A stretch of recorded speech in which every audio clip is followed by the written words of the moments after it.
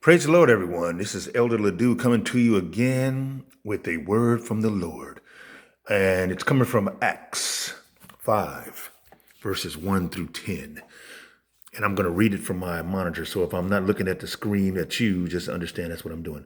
But a certain man named Ananias, with Sapphira, his wife, sold a possession and kept back part of that price.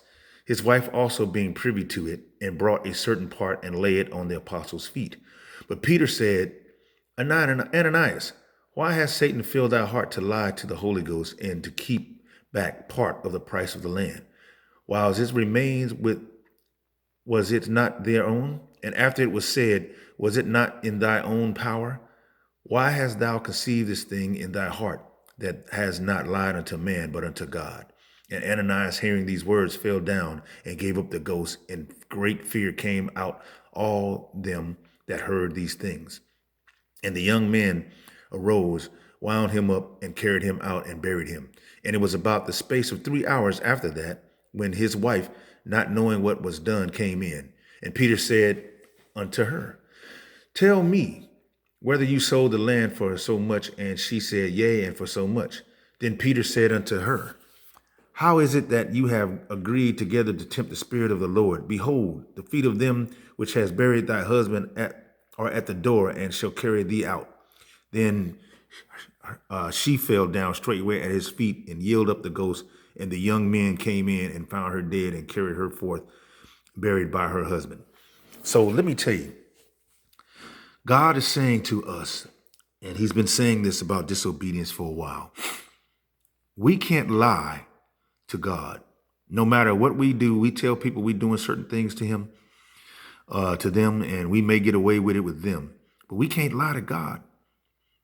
You can't. When you do something and he tells you to do a certain thing, if you don't do it, then he's going to make sure that you know that he know you did it. You can't say that I gave this or I done this for that, and then turn around and knowing God told you what to do and you didn't do it. Just like with this pandemic that's still going on, everybody is out here thinking that it's over now because they've opened the doors and started letting things happen again and try to somewhat go back to what's normal.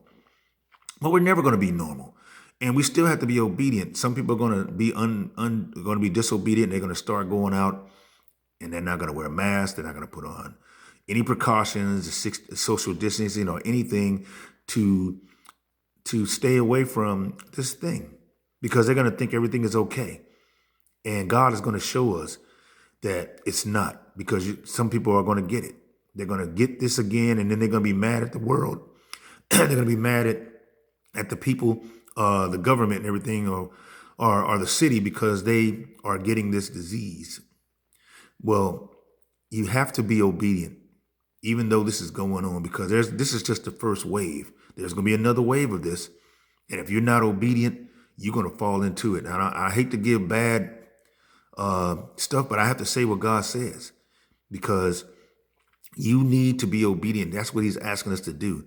And there's a lot of people that just want to be themselves and don't care. God bless.